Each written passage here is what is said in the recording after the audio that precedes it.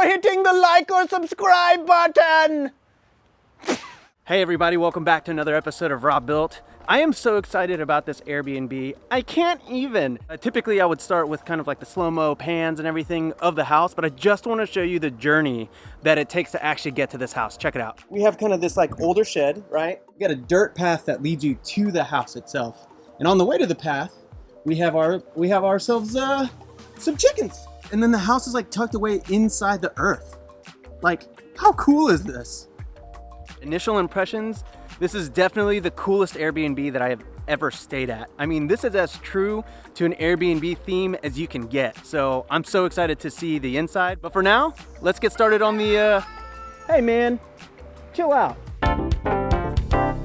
Let's get to the sexy B-roll shots now.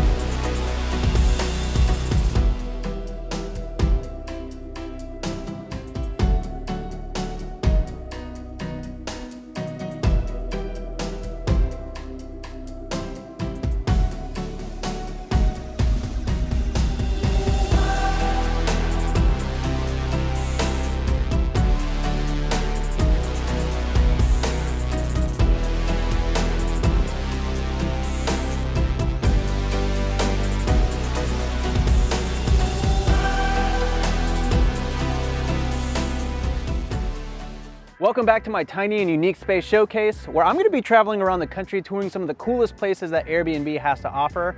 And I'm super excited because today we are touring Hobbit House LA. Not only is it the theme that makes this house super unique, but it's also the fact that it's a container home. I've been wanting to build a container home for about 4 years now, and I've tried it on 3 separate occasions, and it's always fallen through last second. So it's really cool to get to experience one and stay in one and experience it for myself. Now, while in its past life it was a shipping container, the owner builder of this house did such a fantastic job transforming it from a rusted eyesore of a container into this beautiful Hobbit house that we see here. If you're interested in staying in this Airbnb, I'm gonna leave a link down in the description below for you to check out. If you wouldn't mind doing me no, I got this.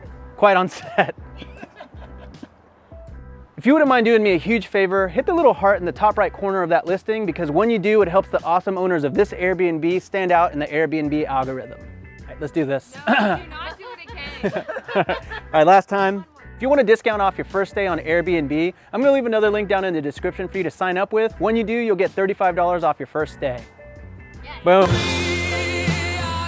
You can follow the Hobbit House LA on Instagram for more Middle Earth content. And if you wanna follow me, you can follow me at Robuilt. Be sure to stick around until the very end of the video, because I'm going to be doing a financial deep dive on this house, giving you an idea of what it would cost to get into a similar house and how much money you can make in passive income with it. Before we head inside, I just wanted to quickly talk about the exterior here. We have a bunch of stones, different rocks. When I talked to the owner about this house, who was also the general contractor for the build, he told me that all of the rocks that you see on the facade of this house were actually dug up from the ground during the construction process. Before we go inside, I can't miss the opportunity to talk about how dope this door is. I mean, when have you ever seen a front door like this? The answer is never, because this door is 100% custom made. When the house was being built, the owner builder contacted a metal fabricator and asked them to create this custom door. And I mean, this is what sells the theme 100% in this house. I mean, this is what gives it that Hobbit look. Now, I can't imagine something like this was cheap at all, because this is a very heavy door.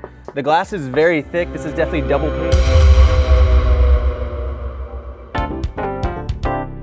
I don't know what they spent on this door, but whatever they spent on it was 1000% worth it, because this is the most noteworthy feature of the house. So we're gonna head inside now, but before we do, if you wouldn't mind hitting the like button and casting the subscribe button down into the pits of Mordor, that'd be awesome. All right, let's do this thing, come on. We're inside, and I'm gonna do the HGTV thing where I walk slowly to camera so that I look super professional. But like I said, this is a 40-foot shipping container. Now, what that means is that from wall to wall, it is 8 feet. And then from wall to wall on this side, it is 40 feet. So total, this container is 320 square feet. Now, one really cool thing that I like about this container home specifically is that while it is a container home, The owner has done such a phenomenal job transforming the container into an actual livable space. But not just a home, a super awesome themed house, a Hobbit house, right? And he's really embraced a lot of that in the interior design elements that you see throughout the house. For example, instead of going with just drywall in the house, he did a drywall base, then he put mesh, and then over that mesh he did plaster, so the actual look on the inside gives a little bit more of that Santa Barbara smooth stucco finish, and it looks super nice. I mean, it looks significant. And it looks super nice too. I mean, it's a really subtle difference because of course you could have gone with drywall and no doubt that would have been a cheaper option. But something about having a stuccoed plaster style inside of your house really kind of brings a lot of that earthy element of materials into the actual space itself.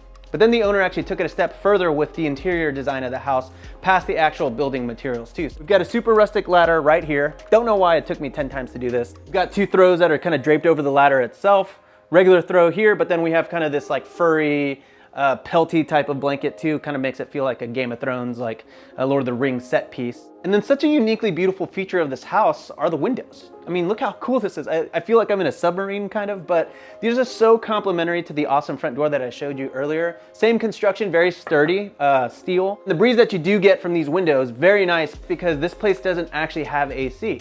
Now, that's actually okay for the area we're in. We are 7 minutes away from the beach, so we are getting that beach breeze. And then because he chose to do drywall mesh and then plaster on top of that, that's an extra layer of insulation. So while it does get a little hot outside, you actually don't really feel it from here. It's very cool in here. It actually kind of feels like a wine cellar. Speaking of which, this was unplanned, but it does work out. He's also got a huge wine rack in here now. This to me actually does appear like it was custom built just based on how some of the finish outs and the screws and the different reclaimed materials in this. So it's very nice, definitely adds to the overall vibe of this place. A lot of the interior design elements in here definitely feel intentionally chosen to fit the theme because it definitely feels like a very hobbity, earthy kind of design palette that I'm seeing in here. We've got the fur chairs, the reclaimed wood tables, we've got the cowhide rugs, reclaimed ladder here, and then we've got the bench right here too, which definitely gives the reclaimed look vibe, and it's got all the steel kind of edging on it, and I see a lot of steel and iron and wood all throughout the house, which definitely kind of adds to the overall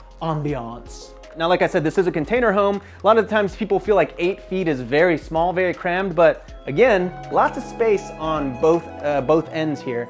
And so much space that the owner not only put a king bed in here, but he put a California king in here. So as you can see, there's not a lot of space obviously on each side of it, but I think that's totally a sacrifice that people are willing to make so that they can have the luxury of sleeping in a really big bed. And then we've got the circular mirror right here, which of course is very complementary to the front door and the windows. So all in all, the design in the house is very cohesive from the actual building materials to the furnishing and decor. So very impressive. I like what he's done with the space. And then we get to our kitchen here, which is tiny but mighty. I guess it's more of a kitchenette.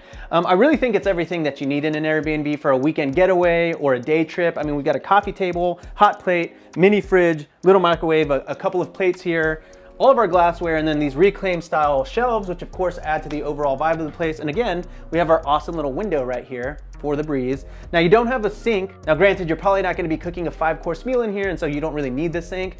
But I think that in Airbnbs, kitchens are sort of like gyms are in hotels. You think that you're gonna work out in the gym at your hotel, but you never actually do. Well, I don't, maybe some of you do. And it's the same thing with kitchens. I mean, a lot of people see the really nice, beautiful kitchens on Airbnb and they're like, oh my gosh, I can't wait to cook there. I would say that maybe 1% of my guests have ever actually cooked in my kitchens. And then we have our living space, which again, it's small, but it's super functional. Given that there's really only gonna be 2 people in here at the same time, ooh, and it's a very comfortable chair. Given that there's only gonna be 2 people here at the same time, I feel like this is literally like all you need. And you were looking at all the trees and plants and shrubs that are all on the outside, right outside the door, kind of a preview of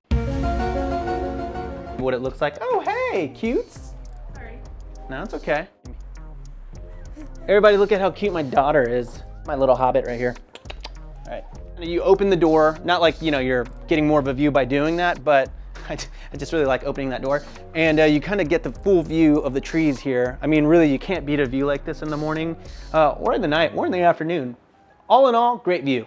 The last thing we're gonna look at here in the house is the bathroom. As you can see right behind me, we've got a container wall right here. This is the only container wall that's exposed in the entire house.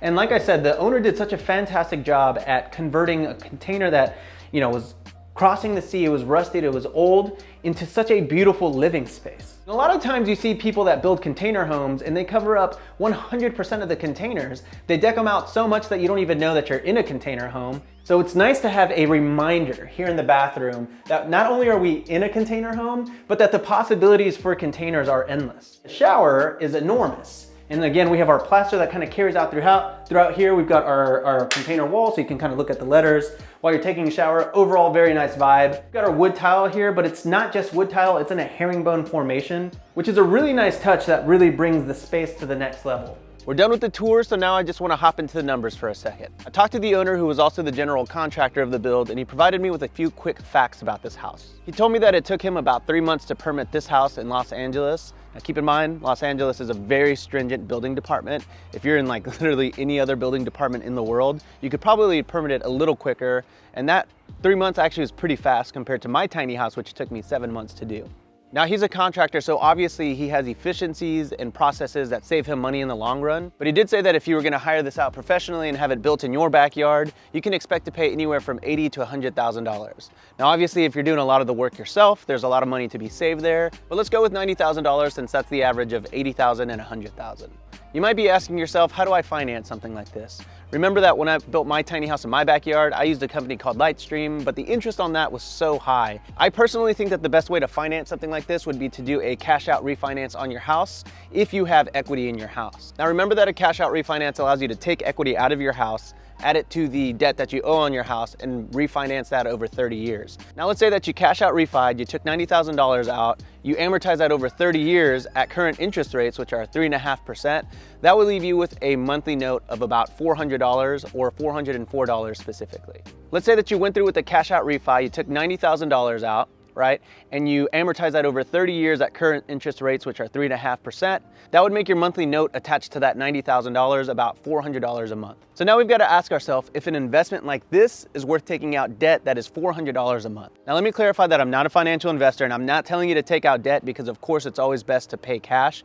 But for me, my personal investing style, I'm okay with taking out debt and leveraging myself if that means it can produce income for me. In speaking with the owner, he told me that he charges about 220 nights at the Hobbit house, and he's booked anywhere from 20 to 22 nights a month. Keep in mind that we are facing uncertain times as a society, so occupancy is bound to be a little low, but I would say even given the current times, 20 to 22 nights a month booked in an Airbnb is actually a pretty big win. Because if you just take the low end of that range, which is 20 nights, and you multiply it by $220 a night, that comes out to $4,400 of monthly revenue on the Hobbit house. Subtract your note of $400 out of that, and you're left with a profit of roughly $4,000 a month.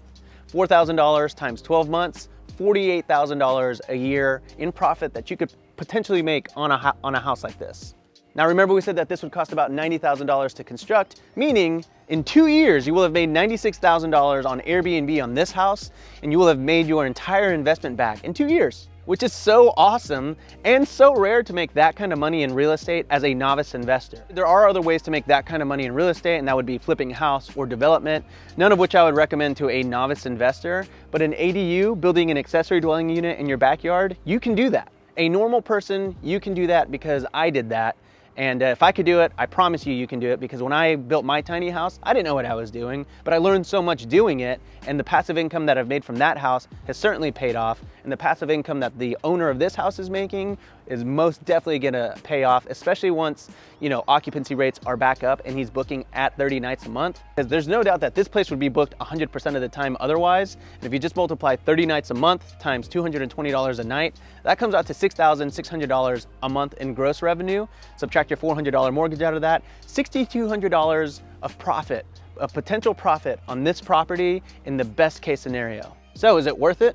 Is $48,000 of potential profit, which is basically a salary every year, worth assuming the debt associated with this Hobbit house? In my mind, absolutely.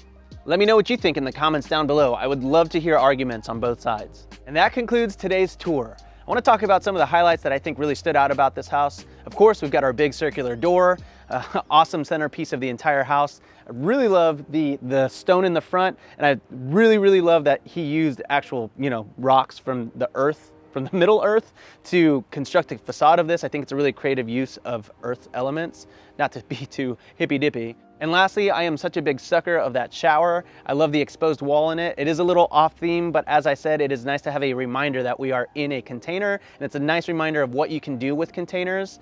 But all in all, hands down, the coolest Airbnb I have ever stayed at, and this one's gonna be tough to top. That's it for today. If you're interested in building a tiny house or starting an Airbnb business, but you really don't know where to start, I do consulting, so I'll leave my email here for you. Shoot me an email if that's something that interests you. Otherwise, don't forget to like, subscribe. You can follow me on Instagram for more tiny house content, and I'll catch you on the next episode of Robuilt.